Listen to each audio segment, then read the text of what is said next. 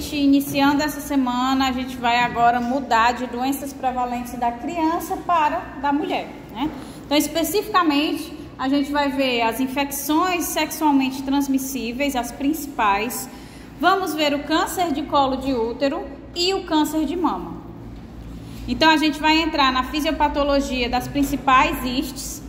Vamos ver também a fisiopatologia do câncer de colo de útero, as lesões intraepiteliais, né? O carcinoma invasivo, a fisiopatologia do câncer de mama também, as neoplasias do estroma, carcinoma in situ invasivo. Então, entrando nas infecções sexualmente transmissíveis, as DSTs ou istes, né, como são agora determinadas, afetam globalmente cerca de 15 milhões de casos por ano e destes 4 milhões acometem jovens de 15 a 19 anos e 6 milhões de 20 a 24 anos. As mulheres, que é o nosso foco, né, apresentam a maior probabilidade de se tornarem infectadas por uma iste e serem assintomáticas. Então, as principais istes que acometem as mulheres são a AIDS, né, o HIV, sífilis, gonorreia, a herpes genital, o HPV genital, tricomoníase, cancro mole e clamídia. Todas essas a gente vai abordar, menos o HIV que vocês viram lá na parte de imunodeficiência, certo? Então, antigamente se chamava, como vocês sabem, de doenças sexualmente transmissíveis, mas aí houve essa modificação agora para infecções sexualmente transmissíveis. Isso aconteceu porque não necessariamente há uma doença associada. Então, há uma infecção, isso é que é o fato, mas nem sempre nós temos os sinais ou sintomas, que é o que caracteriza a doença. Então, como é que se contrai uma infecção sexualmente transmissível? É através do contato sexual, sem o uso da proteção, a camisinha, com um parceiro contaminado.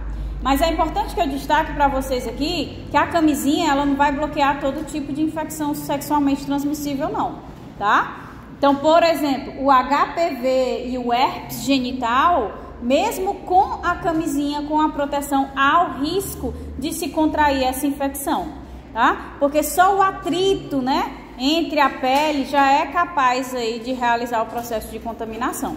Então, a camisinha ela não é o herói 100% dos casos. Fora isso, ela ainda pode estourar, né? Então, teve vida sexual ativa, há o risco, infelizmente.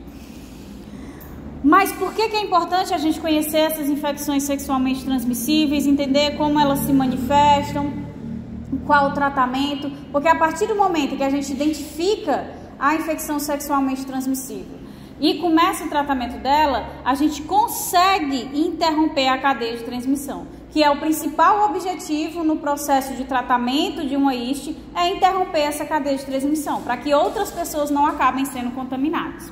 Então, vamos iniciar agora com a sífilis, né? A sífilis é uma infecção venérea crônica causada pelo Espiroqueta treponema pálido, um micro-organismo fastidioso cujo único hospedeiro natural é o ser humano. Então, os índices de infecção em mulheres vêm crescendo nos últimos anos, o que aumenta o risco da sífilis congênita, porque a mulher infectada pela sífilis, ela é capaz de transmitir a infecção para o neonato no momento do parto vaginal, né, que tem um contato sanguíneo. Então, a sífilis congênita ela é bem grave, como a gente vai já ver. Então, de modo geral, a incidência da sífilis vem aumentando consideravelmente nas últimas décadas, e especialmente entre jovens de 15 a 19 anos. A edição do livro, ela já tem alguns anos, né, a do Robbins que a gente está usando, acho que é 2010, se eu não me engano. Mas hoje, quando você olha os gráficos de epidemiologia, a sífilis continua tendo um pico muito alto. Então, realmente, dentre as istes, ela é a que está tendo um aumento mais considerável. Então, a forma mais comum de infecção é através do contato com uma lesão cutânea ou de mucosa de parceiro sexual com sífilis em estágio inicial, tá? Então, o micro-organismo ele é transmitido a partir dessas lesões durante a atividade sexual por meio de microfissuras na pele ou membranas mucosas do parceiro não infectado. Então, é o processo normal. Durante o ato sexual, acontecem microfissuras pelo atrito que é gerado. E aí, se o indivíduo estiver infectado, ele vai transmitir a doença. E a forma congênita é através do parto normal, né? Da placenta para o bebê. Do parto normal não, pela placenta, né? Perdão. Então, uma vez introduzido no corpo, os micro-organismos, eles se disseminam por meio dos vasos linfáticos e também dos vasos sanguíneos, acarretando nas manifestações cíclicas da doença, que podem ser divididas nos adultos em sífilis primária, sífilis secundária e sífilis terciária, tá? Então, a sífilis primária, que a gente vai já ver os detalhes e também a morfologia, né? Ela vai aí englobar o aspecto do cancro duro, certo? Depois ele vai desaparecer e vai voltar na sífilis secundária, onde a gente vai ter uma série de lesões mucocutâneas, e a terciária já vai ser mais grave, tá bom? E a congênita também tem uma série de aspectos que a gente vai ver, tanto cutâneos como oculares. Então a criança ela fica realmente bastante prejudicada, por isso que é tão grave. Então, a sífilis primária, né? Cerca de 3 semanas após o contato sexual em que houve a infecção, a lesão primária, que é o cancro duro, aparece no local de entrada da espiroqueta. Então, a disseminação sistêmica dos organismos continua durante esse período, enquanto o hospedeiro vai montar uma resposta imune. Foi o que eu falei na figura anterior. Normalmente, a primária e a secundária, o próprio organismo já consegue aí se livrar da doença, já consegue responder à doença. Isso não significa que ele erradica o micro-organismo, por isso que pode vir a ocorrer a terciária se não houver o tratamento. Então, nesse período da formação do cancro duro, nós vamos ter aí 2 anticorpos formados. Os anticorpos não treponêmicos, que vão agir contra exotoxinas e células infectadas. Então, esses anticorpos, eles vão opsonizar as células que estão infectadas pelo treponema e também vão agir sobre as exotoxinas que são secretadas por esse treponema, certo? Então, por que eles são chamados de não treponêmicos? Porque eles não são voltados diretamente para a bactéria. Ele é voltado para o que ela produz ou para as células que estão infectadas por ela. O segundo tipo de anticorpo é o anticorpo treponêmico, que vai ser específico para a treponema pálido. Ou seja, ele vai interagir diretamente com os receptores de membrana lá da bactéria, ou seja, atuar diretamente sobre ela.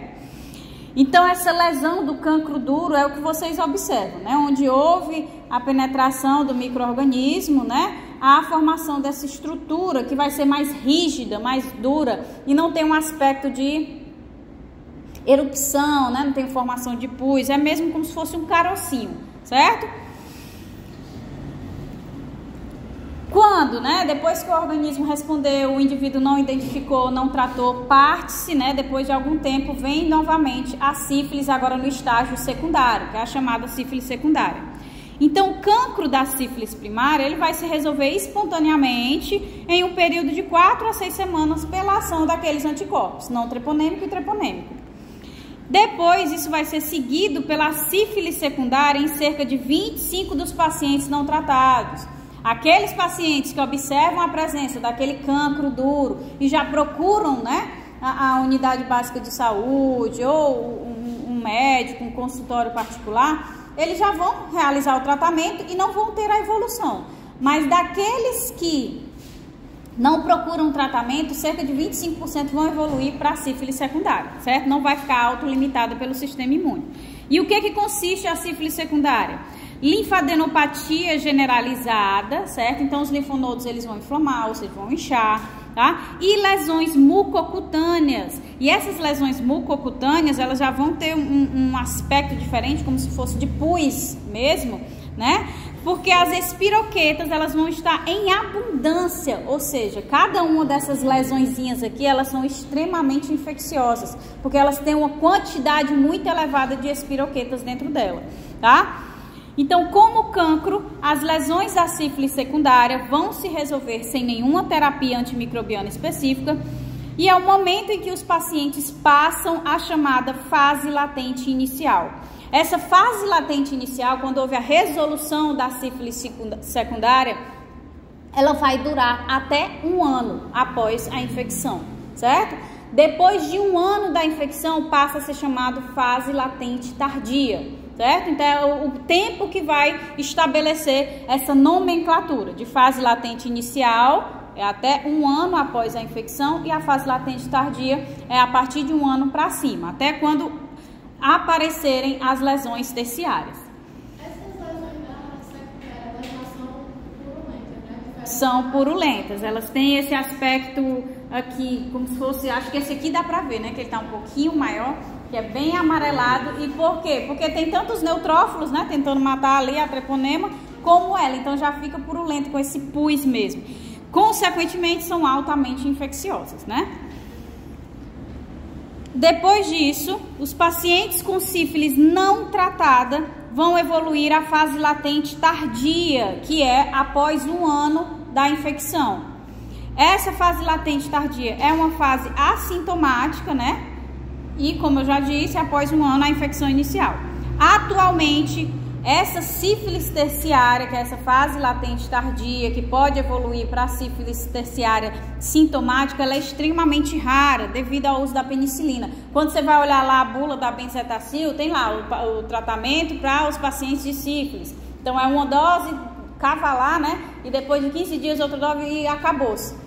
Então, já elimina a bactéria de vez. Mas é graças à penicilina que tem diminuído a progressão à sífilis terciária. Os casos de sífilis estão aumentando, mas a progressão à sífilis terciária, ela tem reduzido pelo aumento das tecnologias, descobertas de medicamentos, né, mais eficazes. Então, em cerca de 1/3 dos casos, novos sintomas se desenvolvem entre os próximos 5 a 20 anos. Então, observe. Houve o contato sexual, houve a contaminação. Cerca de 3 semanas aí, depois desse contato sexual que houve a contaminação, aparece o cancro. O cancro vai se resolver até cerca de 6 semanas. Beleza. Depois disso, passa um períodozinho sem ter nada e depois aparece a sífilis secundária. Depois que a sífilis secundária se resolve, entra na fase latente inicial. Completou 1 ano desde o contato sexual que houve a infecção, passa para a fase latente tardia, né? Que é essa que está aqui. Então, a fase latente tardia, ela pode durar aí até 4 anos depois do 1º ano da infecção, certo? Então, vai de 5 até, ó, tem aí 20 anos. Então, a gente pode permanecer na fase latente tardia por um período muito longo, até que a sífilis terciária se manifeste com os sinais e os sintomas.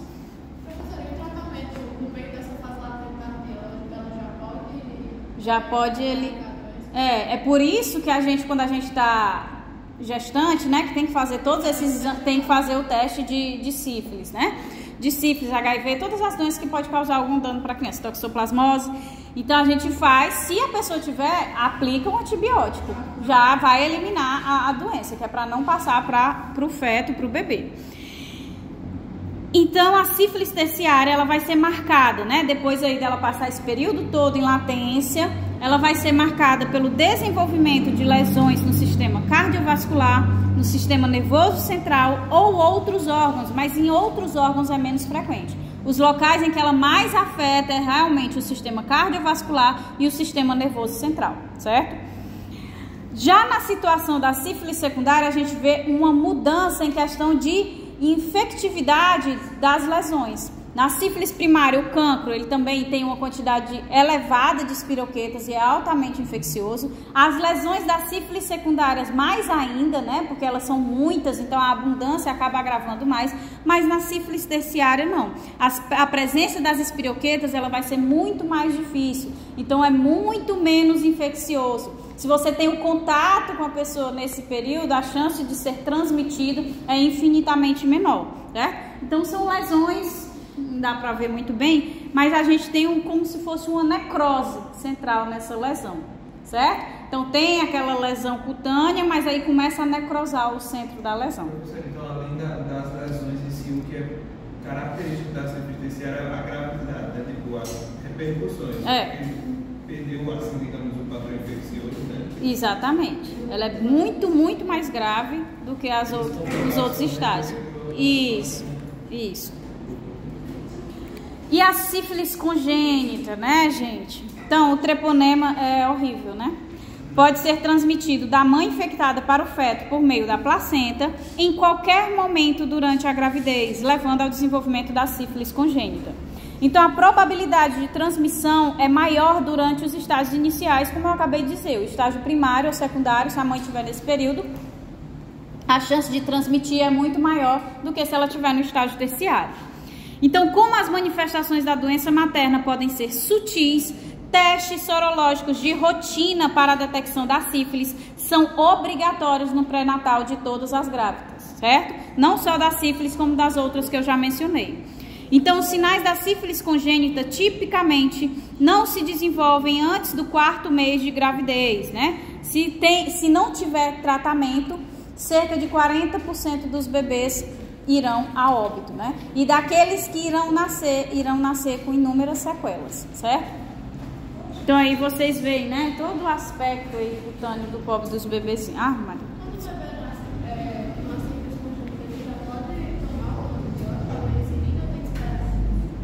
Eu acho que já pode tomar, mas eu não tenho, não sei, com certeza, não sei não. Então vamos lá para a morfologia, né, da doença.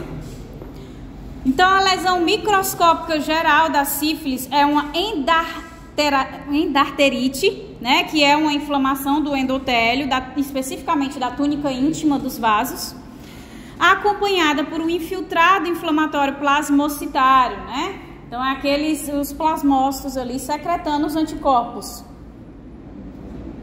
treponêmicos e não treponêmicos, né? Por isso que ele tem um infiltrado plasmocitário.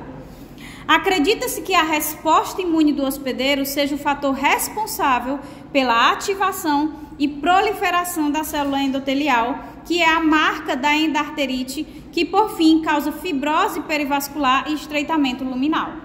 Então, o fato da gente ter esse infiltrado plasmocitário, a própria resposta imune do indivíduo no local da infecção pelo treponema, é que vai causar o problema da endarterite, né? Então, o corte histológico, que não dá pra gente visualizar aqui, né? Mas tem esse infiltrado de células plasmocitárias que a gente observa pela célula alongada, com o núcleo maior, né? Mais extenso. E aí a gente vai ter essas partezinhas mais rosas aqui, que a gente não observa células, é justamente o processo de fibrose causado pela inflamação constante dos vasos. Então, essa inflamação crônica nos vasos vai levar ao processo de fibrose, né, a secreção das fibras e essa formação aqui entre as células, certo? Mesma coisa que a gente vê aqui embaixo, a proliferação do infiltrado plasmocitário, as células com esse núcleo maior, tem o mesmo sentido. Essas partezinhas mais clarinhas aqui, ó, roxinha clara, é a parte onde inicia o processo de fibrose dos vasos que estão em processo inflamatório. Isso reduz a elasticidade do vaso, né? E pode bloquear a luz, porque começa a produzir fibra, então vai bloqueando a luz do vaso. Se eu estou bloqueando a luz do vaso, eu tenho uma probabilidade de acabar obstruindo, né? Aí tem isquemia, aí começa a ter algumas pequenas lesões na região. Isso, independente de ser a sífilis primária, secundária ou terciária, o aspecto da endartrite e do infiltrado plasmocitário é característico dos 3 estágios. Endarterite, isso. Então, o cancro da sífilis, né, ele é endurecido e denominado cancro duro, que é para diferenciar lá do cancro mole, né? Então, o cancro primário em homens geralmente ocorre na glande, na coroa da glande ou região perianal. Nas mulheres, múltiplos cancros podem aparecer geralmente nos grandes lábios ou vagina, bem como na região perianal, né? Porque no momento do ato sexual vai ocorrer várias microfissuras e por essas várias microfissuras pode acontecer a infecção. Então, por isso que nas mulheres vão acontecer normalmente vários cancros aparecendo, certo? Então, o cancro ele inicia-se como uma pequena pápula firme, indolor, cerca de 3 semanas após a relação sexual, e depois ele cresce até causar uma úlcera indolor com margens endurecidas e bem definidas e uma base limpa e úmida, né? Da mesma forma, quando a gente pega esse cancro e faz a análise histológica, a gente vai ver o infiltrado linfoplasmocitário e também a endarterite. Os linfonodos com frequência estão ligeiramente aumentados e firmes. Por quê? Porque ele começa a drenar o tecido e ele começa a se infectar também com a bactéria, né? Então começa a gerar um processo inflamatório, então ele também vai inchar. E as espiroquetas são identificadas com o uso padrão de coloração pela prata, que é o método de Wharton-Sterling. Então aqui vocês veem o aspecto, o cancro no homem, né? É realmente uma protuberância, uma pápula dura, firme. E aqui na mulher também nessa lateralização nos lábios menores. Dá pra ver melhor no celular, né? Mesmo cerado também tem dolor. O quê? Mesmo cerado ele ainda é dolor. Mesmo cerado. Sim, mesmo cerado eu acredito que deva dar alguma... Mas ele, ó, que fala aqui, né? Então é indolor, porque é o que estava lá no livro, estava uma úlcera indolor. Eu acho que ele só abre, né? Mas como lá tá rico em bactérias, né? Não tá chegando, acho que não tá gerando uma produção muito grande no momento que ulcera de prostaglandina, sei lá, aí não causa dor local, não sei.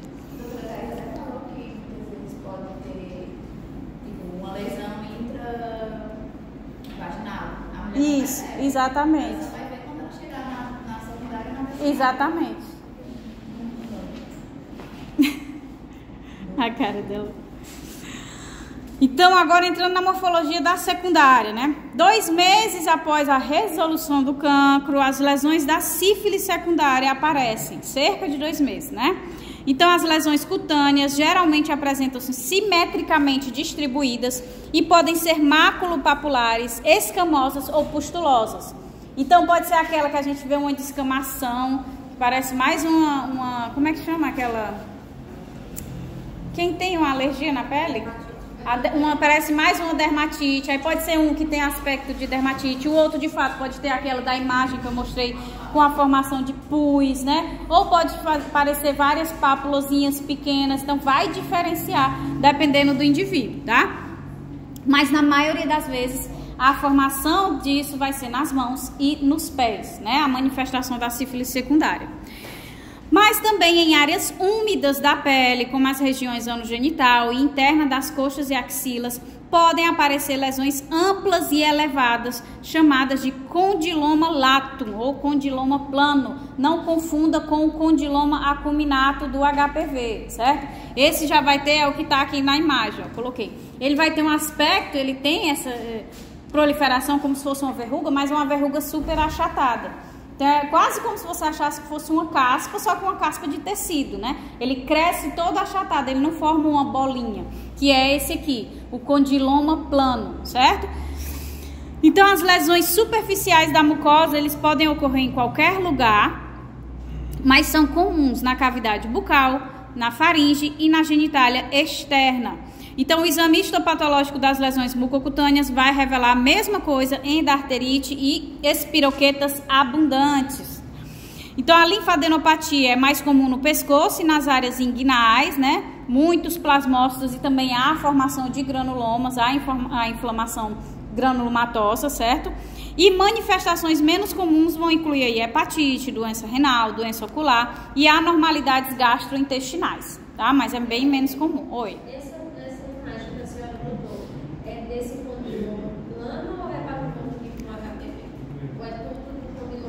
Não, isso aqui é condiloma plano. Só vai dar para ver nos slides. A senhora disse que era para não confundir com o HPV. Né? Isso. O HPV ou o HIV? Do HPV. É mais arredondado, não é tão plano, entendeu? O condiloma é plano, mas aqui, ó, o que a gente está vendo não são características de condiloma plano, tá mais para uma dermatite, algumas que estão estouradas aí deviam ser purulentas, certo? E a morfologia da terciária, né? Então, as lesões associadas à sífilis terciária são divididas em 3 categorias principais. A sífilis cardiovascular é cerca de 80% das manifestações na sífilis terciária. Podemos ter também a neurosífilis e a sífilis terciária benigna, que podem ocorrer, e elas podem ocorrer isoladamente ou combinadas. Então, a gente pode ter afetando o sistema cardiovascular e também afetar o sistema nervoso central. Então, a sífilis cardiovascular assume a forma de aortite sifilítica. É muito mais comum nos homens do que nas mulheres. Ou seja, vai ocorrer uma inflamação da aorta, certo? Então, a neurosífilis ocorre em maior frequência em quem apresenta infecção concomitante pelo HIV, que o sistema imune está mais depreciado e não consegue combater tão bem a treponema, e aí ele acaba sendo mais afetado. Grandes áreas de dano parenquimatoso na sífilis terciária resultam na formação de uma goma, com uma zona central de necrose coagulativa, circundada por tecido fibroso contendo linfócitos, plasmócitos, macrófagos epitelioides, células gigantes e raríssimas espiroquetas, por isso muito menos infeccioso na fase terciária. Então isso vai acontecer no osso, na pele, na boca, nas mucosas das vias respiratórias superiores.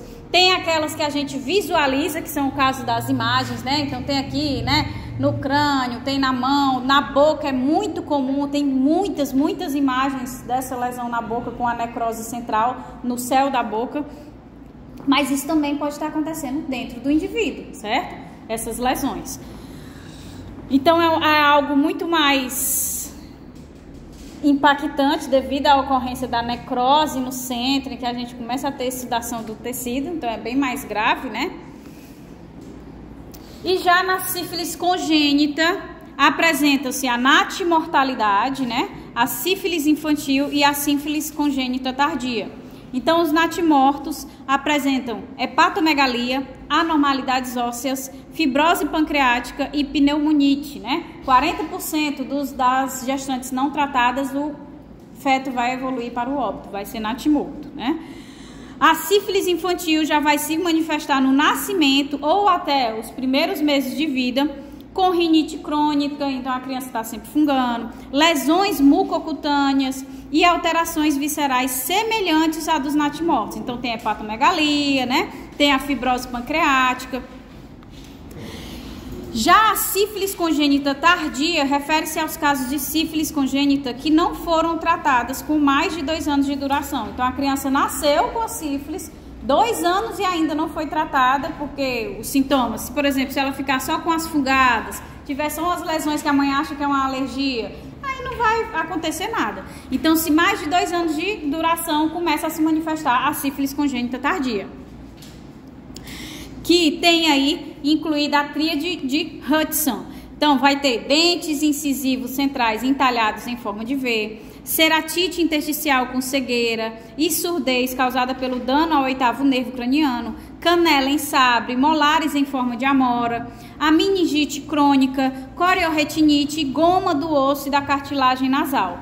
E também esse fato da ocorrência da lesão na cartilagem nasal forma aí o nariz em cela, que é o que a gente vai já ver.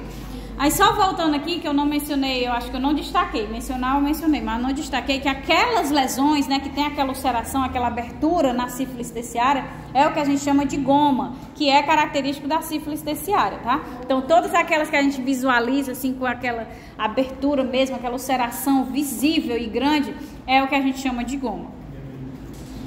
Então aqui é o que vocês observam. Os molares, ele tem esse aspecto de amora, né? Os dentinhos, eles ficam em V, depois de... é horrível, né? Aqui, na maioria das vezes, a gente tem associado cegueira e surdez, né?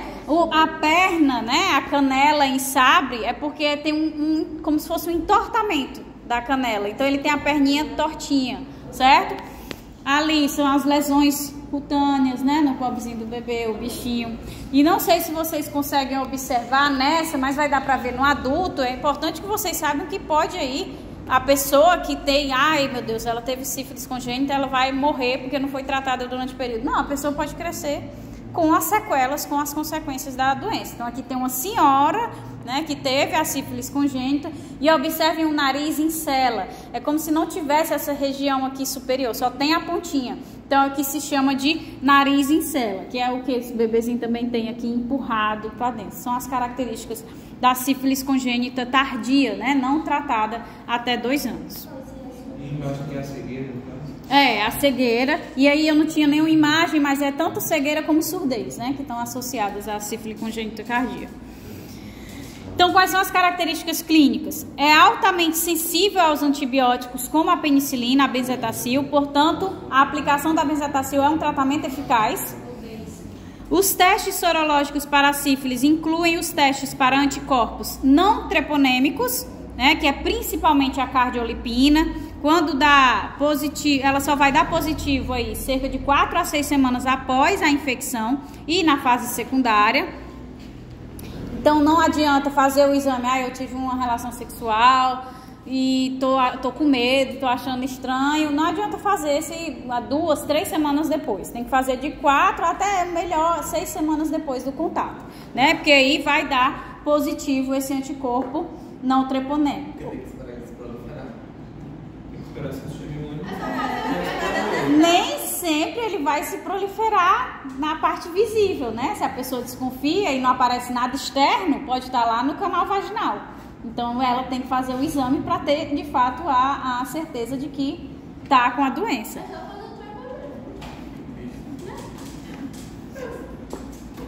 Mas normalmente são os dois que são. O quê? O teste rápido é o treponêmico. Porque, tipo, eu lembro que no teste rápido, eles, se der positivo, você tem que mandar para fazer um outro teste, que é o não treponêmico. Eu não sei não, porque quando eu fiz nas gestações, que é obrigatório, é o sanguíneo. Não, é sanguíneo, eles tiram o sangue e faz. Não era teste rápido não.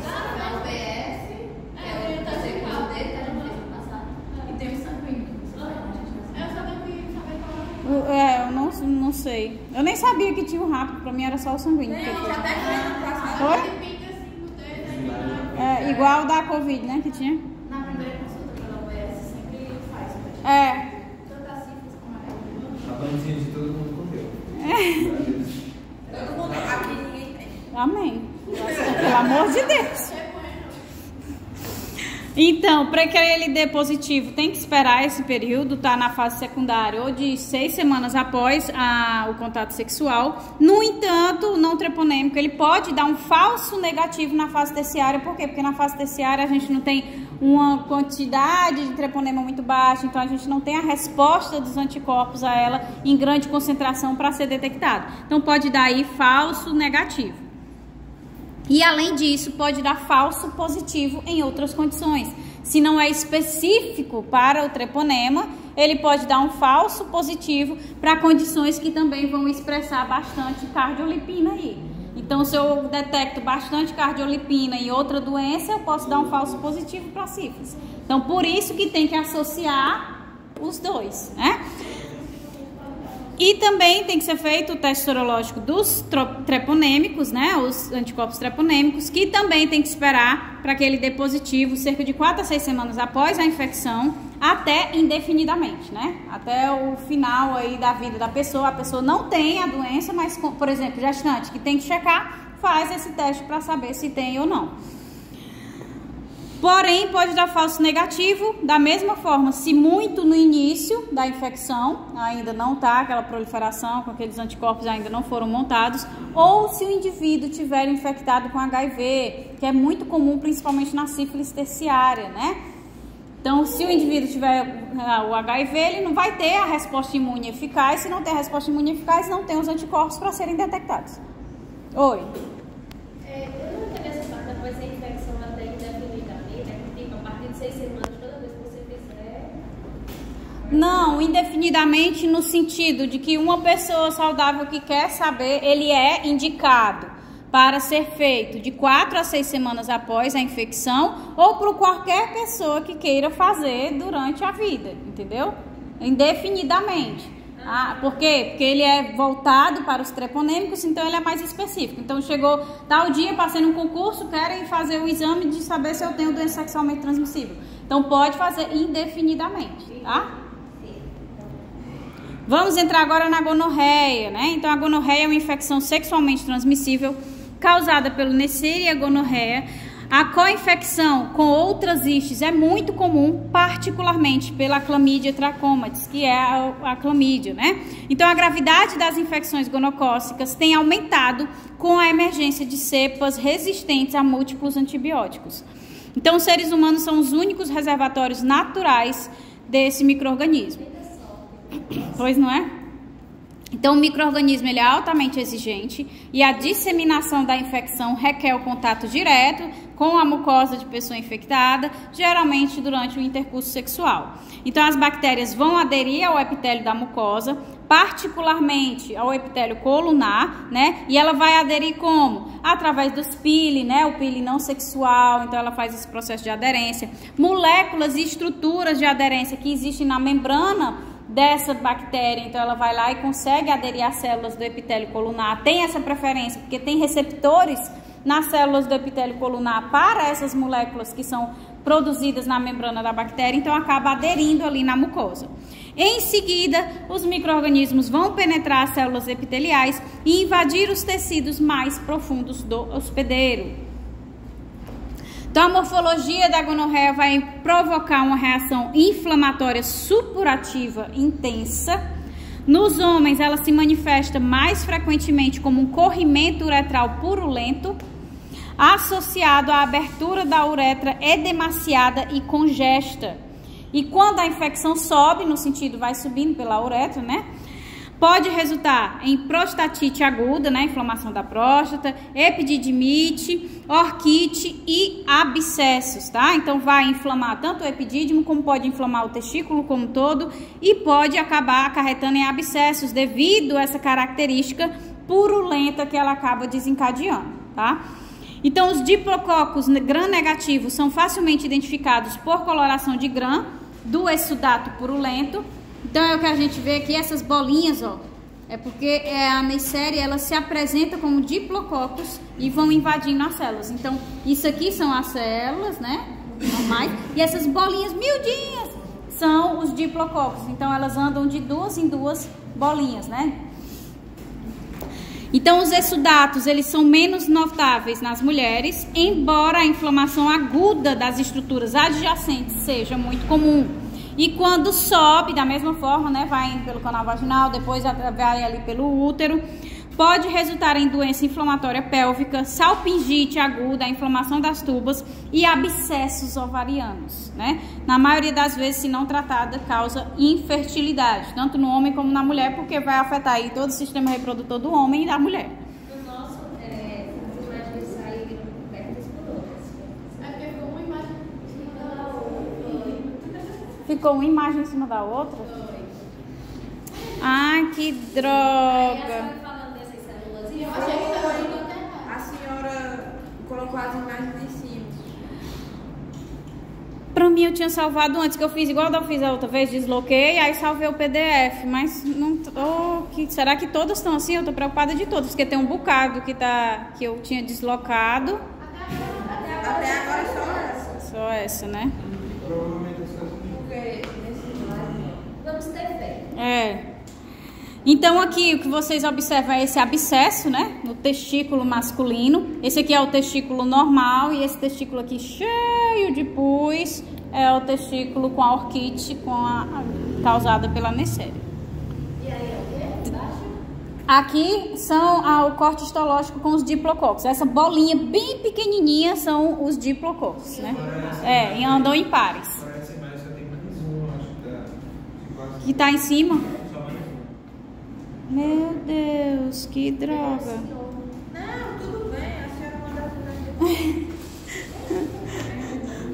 Gente, então aqui é o aspecto, né, o corrimento purulento, tanto no pênis como na vagina, a inflamação e às vezes, né, obviamente, com contato e tudo, pode acarretar a inflamação ocular, né, e fica esse aspecto aqui.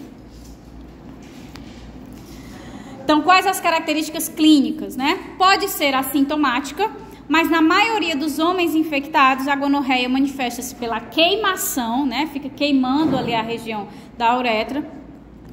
Como essa queimação é como se houvesse um estímulo constante para urinar, então tem uma alta frequência urinária. E há o exsudato uretral mucopurulento por cerca de 2 a 14 dias após a infecção inicial, após o contato inicial. No entanto, a infecção gonocócica uretral pode ser detectada em 40% dos homens assintomáticos, cuja parceira que apresenta gonorreia sintomática. Então, por mais que ele seja assintomático, se a parceira apresentar sintomas, em 40% ele é detectado. O tratamento vai curar, certo? Até agora a gente tem visto que o tratamento ele é eficaz. Por isso que a gente falou lá no começo que o grande intuito é descobrir logo, tratar logo para interromper a cadeia de transmissão. Agora, os casos negligenciados podem gerar esterilidade, por quê? Porque o principal afetado serão os testículos ou ali as tubas e os ovários. Então, pode geralmente causar a esterilidade. Em mulheres, manifestam-se por queimação também, uma ardência, dor pélvica inferior, porque está inflamando tudo aqui, toda a região da pelve, e corrimento vaginal também, muco purulento.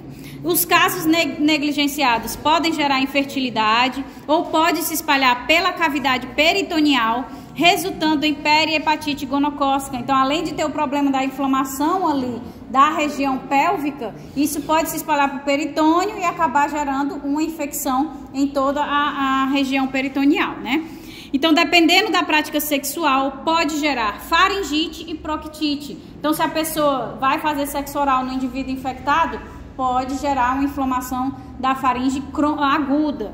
Também, se a prática sexual é a prática anal, pode gerar uma proctite, uma inflamação ali da região do intestino grosso e também da região anal, né? Não é só da região, é porque não queria dizer só da região anal. Também pode, como a penetração, a inflamação do intestino como um todo. Por isso, proctite, né?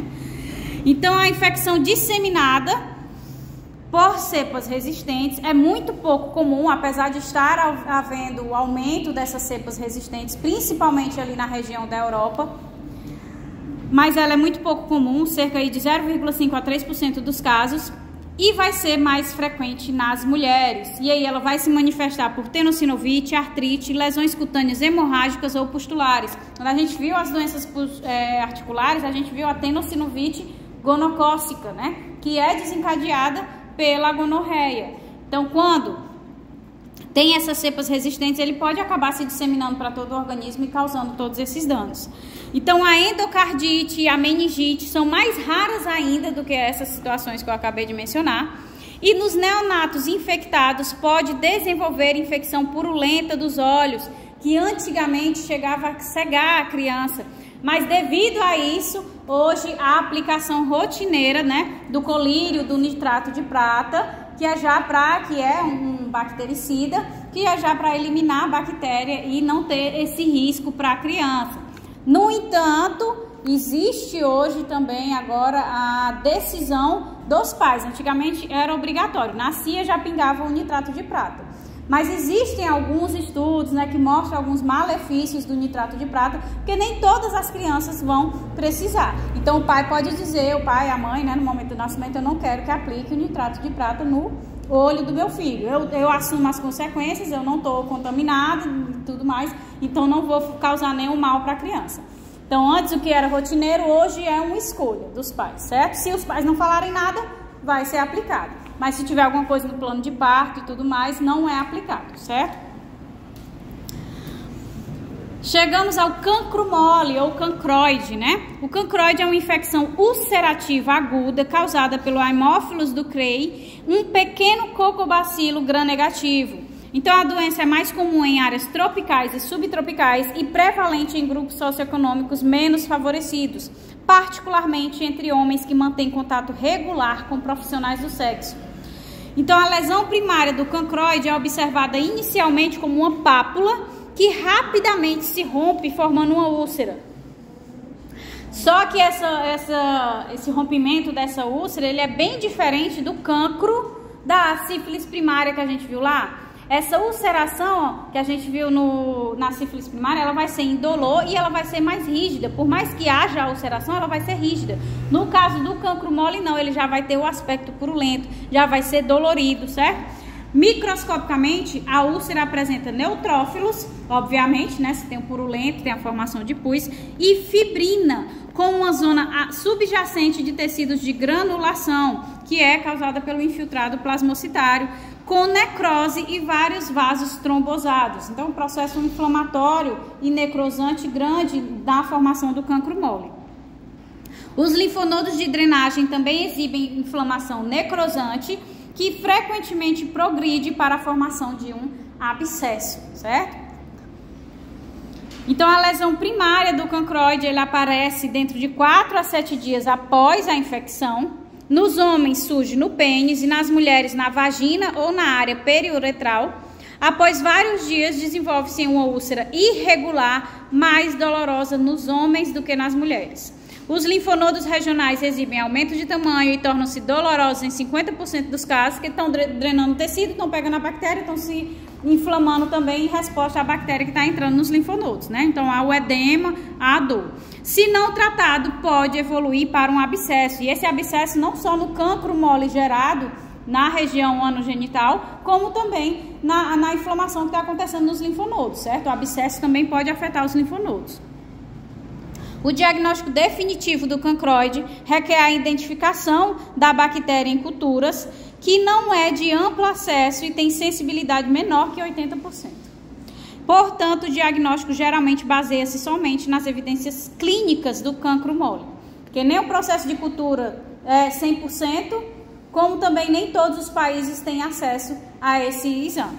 Então, aqui são as imagens que vocês veem, realmente, ó, uma ulceração abre, né? Essa ulceração, tem a secreção purulenta, e aqui já vai ter a formação de um abscesso aqui na parte de cima do pênis, tem a formação de 2 abscessos ricos em secreção purulenta.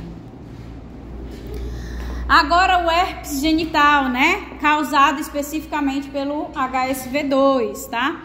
Então é uma IST de elevada prevalência, causada pelo vírus HSV2, que causa aí lesões anogenitais. No entanto, né, é importante que a gente saiba que o HSV1, que é aquele que a gente conhece como a herpes que dá na boca, né, ele também pode causar essas lesões anogenitais, mas muito mais raramente. Então a incidência tem aumentado também, igual a sífilis, o que reflete no acometimento dos neonatos de mães infectadas, que também acaba passando para o bebê pela placenta. Então, o HSV ele é transmitido quando o vírus entra em contato com a superfície da mucosa ou pele lesionada de um hospedeiro suscetível. Então, por isso que eu falei lá no começo, que a camisinha não vai bloquear a transmissão da herpes genital, que às vezes só o atrito entre as peles já é suficiente para o indivíduo contaminado transmitir a infecção para o indivíduo suscetível. Então, tal transmissão requer contato direto com a pessoa infectada, pois o vírus é facilmente inativado à temperatura ambiente. Então, as lesões iniciais da infecção pelo HSV genital são vesículas eritematosas dolorosas na mucosa ou na pele da genitália inferior e nas regiões extragenitais adjacentes. Ano retal vai ser comum aí em homossexuais masculinos, né? Então, as alterações histológicas incluem a presença de vesículas intraepiteliais acompanhadas por restos celulares necróticos, neutrófilos e células que abrigam inclusões virais. Então, vão ter um aspecto, é como a gente viu lá nas sífilis secundárias, várias bolinhas cheias de pus, né? É a mesma coisa, só que vocês diminuam o tamanho, assim, em umas 20 vezes. Então, são várias microbolinhas cheias de pus, né? Então, o aspecto da herpes, tanto a herpes genital como também a herpes de boca, né?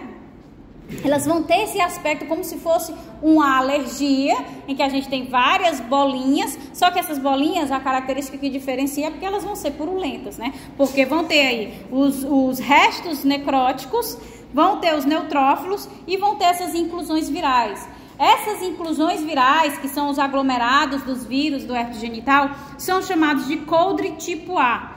Como é que a gente observa isso no corte histológico? Essas inclusões virais, esses acúmulos, esses agrupamentos dos vírus, ele vai ser intranuclear homogêneo, vai ser na coração, né? Vai ter uma cor rosa arroxeada, com um halo claro em volta e vão corar também com o anticorpo anti-HSV, obviamente, né? Então, aqui. Essas coisinhas pequenininhas, ou vai ser o grande? É o aparato grande. Essas coisinhas pequenininhas. Cadê? Ah, sim, não, é essa foto aqui. Aqui, esse grande é o agrupamento viral, é o coldre. Aí ele tem esse halo branco, ó, em torno dele, igual aqui embaixo tem. Essa bolona grande são os agrupamentos virais, né, os corpúsculos virais, coldre tipo A, que vai ter neutrófilo, vai ter uma série de outras, vai ter o neutrófilo, vai ter os restos necróticos e vão ter os vírus. Aí vão formar esses agrupamentos virais que é chamado de coldre tipo A. Que bolinha do lado? Tem uns pontilhados assim do lado desse branco. Essas vesículas, né? Eu tô vendo. É tipo como se fosse umas vesículas, uns pontinhos. Eu acho que, na verdade, devem ser vesículas, né? De restos necróticos que a célula ela tá tentando responder. Então, eu acredito que seja a formação de várias vesículas. Então, o aspecto aqui, né? Macroscópico que a gente observa é o que eu falei, né? São bolinhas muito pequenininhas, mas com aspecto purulento, tá? Então, tem vários locais, essas bolinhas pequenininhas com aspecto purulento. E o coldre tipo A, que ele tem essa característica desse halo branco em volta, né? Por quê? Porque está isolando a formação desses corpúsculos virais. Por isso que a mesma característica é observada no tipo 1, que não é o foco aqui, né? Mas a mesma característica é observada no tipo 1 e por isso que eles permanecem dormentes por muito tempo, né? Porque eles estão aqui isolados e aí, em determinado momento, um estresse, uma lesão, alguma coisa, faz com que se rompa esse coldre tipo A e aí eles começam novamente o processo de infecção. Quais são as características clínicas, né? A infecção primária pela herpes genital é com frequência assintomática ou pode causar vários sinais e sintomas. Então, as lesões vesiculares dolorosas locais são acompanhadas por queimação, corrimento uretral, aumento e sensibilidade dos linfonodos, febre, dores musculares, cefaleia. Os sinais e sintomas eles podem durar por várias semanas durante a fase primária da doença. Então, o HSV ele é excretado ativamente durante esse período até que as lesões tenham se curado completamente. No entanto, a excreção viral assintomática pode ocorrer ao longo de 3 meses após o diagnóstico, né? Ou eles podem ficar latentes na formação dos corpúsculos virais. Teve um caso que o Dr. Cláudio mostrou pra gente ano passado, que teve uma mulher muito jovem que desenvolveu, sei lá, esqueci agora, mas que quando foram olhar a nota do pulmão dela, tinha esse achado. Tudo lá latente, dormente. Eu não entendi esse negócio desse retrato, não. É o corpo que foi pra fora. No processo mesmo de excreção, a secreção vaginal ou também a excreção anal, se o indivíduo tiver, ainda pode acontecer o processo de liberação do organismo até 3 meses depois do diagnóstico. Então, o diagnóstico ele é mais frequentemente realizado por meio de cultura viral ou a PCR, né, do micro-organismo, do fluido coletado das vesículas. Em adultos imunocompetentes, o herpes genital geralmente não apresenta risco de morte. Entretanto, o herpes genital é uma ameaça aos pacientes imunossuprimidos, nos quais a doença pode se desenvolver de forma disseminada e fatal. É extremamente comum pacientes com câncer que estão internados no hospital pegarem o herpes genital e aí evoluir para a morte. Causada não pelo câncer em si, obviamente o câncer debilitou o sistema imune, mas quem causou a morte diretamente foi o herpes genital, porque ele se disseminou para todo o organismo. E aí causa o processo inflamatório, necrose, né? A formação das vesículas purulentas dentro do organismo da pessoa inteira. Então, é extremamente comum, por isso que há essa preocupação com os indivíduos, né? Sejam eles internados ou não internados, que estejam imunossuprimidos ou contato com determinadas doenças, como o vírus também da catapora, né? Que a gente tem depois de adulto, também pode levar à morte do indivíduo, porque mesmo na maioria das pessoas sendo autolimitada ali, no indivíduo imunossuprimido ele consegue se disseminar pelo corpo inteiro e causar a morte. Entretanto, ele é uma ameaça aos pacientes imunossuprimidos e na infecção herpética neonatal, 50% dos bebês de parto normal de mães com infecção primária ou recorrente também pode pegar a herpes genital e vai envolver as superfícies, a pele, os olhos, a boca, até o sistema nervoso central, o fígado e os pulmões. Cerca de 60% vão evoluir para o óbito e os demais vão permanecer com sequelas. da infecção no sistema nervoso central, no fígado e nos pulmões. Então vai ter dificuldade respiratória, dificuldade no desenvolvimento neuropsicomotor, porque nos neonatos que também estão com o sistema imune ainda em formação, né, ou seja, não é tão resistente, vai acabar tendo graves consequências. Uretrite ou cervicite não gonocócica, né? Então a uretrite não gonocócica e a cervicite são as formas mais comuns de infecções sexualmente transmissíveis. Vários micro-organismos têm sido associados. Clamídia, né? Micoplasma, o tricomonas vaginalis, ureoplasma.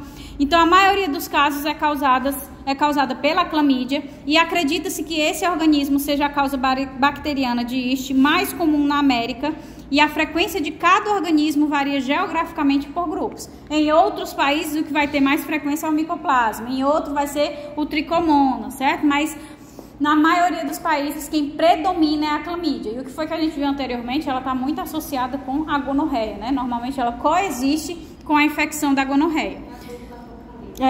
A gonorreia frequentemente está acompanhada por clamídia e a Chlamydia trachomatis é uma bactéria gram-negativa intracelular obrigatória, né?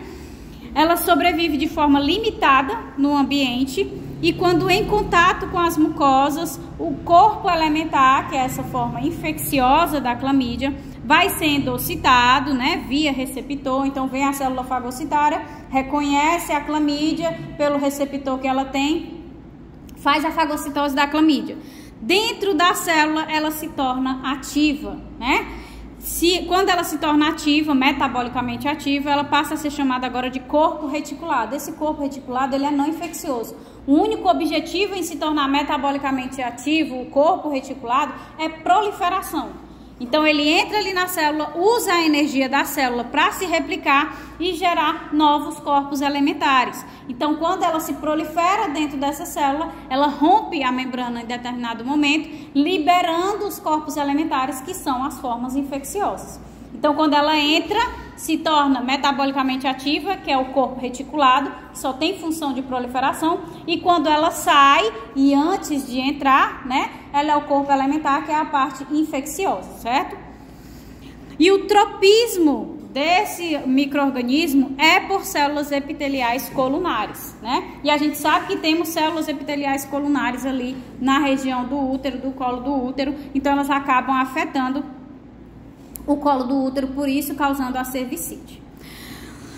Então, especificamente, as infecções pela clamídia, elas podem estar associadas à variação nos aspectos clínicos quase indistinguíveis da Neisseria gonorreia, né? Clinicamente, 1 a 5 semanas pós-exposição, os pacientes... Oi. Obrigada. Então, clinicamente, 1 a 5 semanas após a exposição, os pacientes apresentam queimação com ou sem corrimento uretral. Então, os pacientes podem desenvolver epididimite, prostatite, doença inflamatória pélvica, faringite, conjuntivite, inflamação periepática e proctite, dependendo das práticas sexuais. Então, mas a grande maioria é assintomática.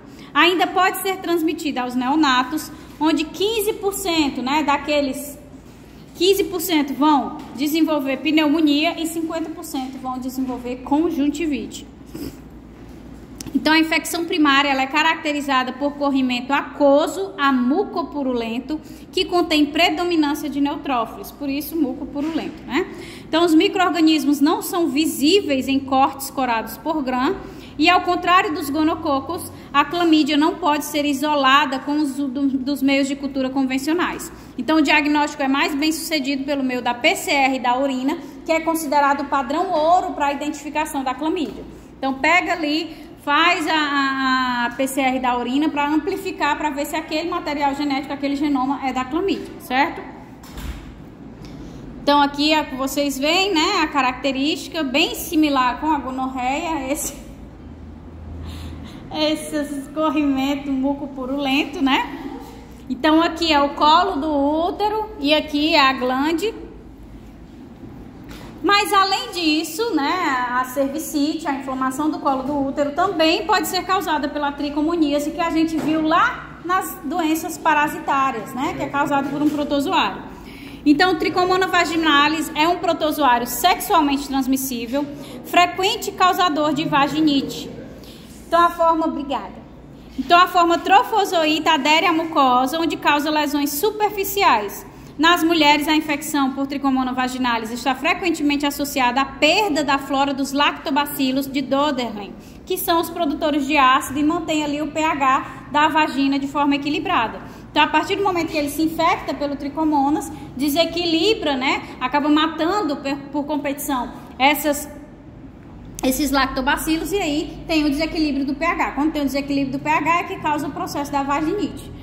Então, o tempo de incubação varia de 4 a 28 dias. A infecção pode ser assintomática ou estar associada a prurido e a abundante corrimento vaginal amarelo e espumoso.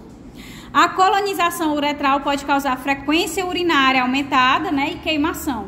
A infecção pela vaginalis geralmente é assintomática nos homens, mas em alguns casos pode se manifestar como uretrite não gonocócica. O micro-organismo geralmente é identificado em esfregaços de raspado vaginal. Eu não trouxe aqui o ciclo porque a gente já viu isso lá na aula de parasitas, tá? Então é a mesma secreção, só que tem uma diferença. Em vez de ser uma secreção mais grossa, mais com pus mesmo, ela é mais aquosa, que é o que a gente vê aqui, né? Aquosa e espumosa, é como se fosse mais líquida mesmo, tá?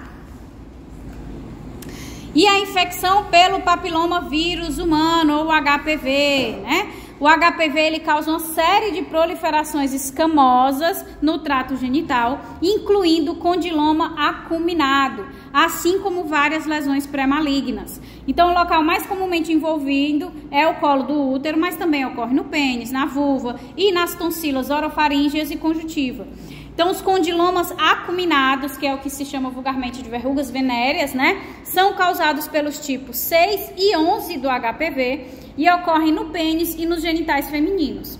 O HPV ele pode ser transmitido aos neonatos durante o parto vaginal e esses papilomas que são formados, eles são potencialmente fatais no trato respiratório superior, se eles se desenvolverem no trato respiratório superior, tá? Então, vejam que há uma diferença, né, do condiloma plano para o condiloma acuminado. O condiloma plano que a gente mencionou lá na sífilis é que tem aquele aspecto retinho. O acuminado, que a gente vai já ver o aspecto, ele tem um aspecto mais arredondado, mais de verruguinha, de verruga mesmo. Nos homens, o condiloma acuminado geralmente ocorre no sulco coronal do pênis ou na face interna do prepúcio, onde varia em relação ao tamanho e à forma. Bem como de lesões sésseis a proliferações papilares grandes que medem vários centímetros de diâmetro. A gente vai ver algumas imagens. Nas mulheres, ocorrem comumente na vulva. Então, observem, né? Então, isso aqui tudo que vocês estão vendo é um condiloma acuminado, né? Mesma coisa aqui, ó, vários condilomas acuminados. Eu vi também várias imagens Não tem, tá pro lado, né? Pra não ficar em cima do texto, eu coloquei pro ladinho. Aí não aparece, essas imagens que vem com animação não vão aparecer no PDF, que eu coloquei pro lado para não cobrir o texto. Então tem aqui, ó, essa proliferação, nos homens também se prolifera. Aqui, né, que é sistema genital feminino, a gente tem essa formação toda, mas também tinha vários do sistema genital masculino, junto com o testículo, já acumulava aquele condiloma gigantesco. E aqui o mais comum, né, que nem sempre a gente vai ter uma apresentação desse tamanho, que é visível, que a gente consegue já identificar. Mas tem aqui, ó, que parece um sinal, né, e na verdade não é um sinal, né, é a infecção pelo HPV. Então a gente vai dar a pausa agora? Tá bom. Não, agora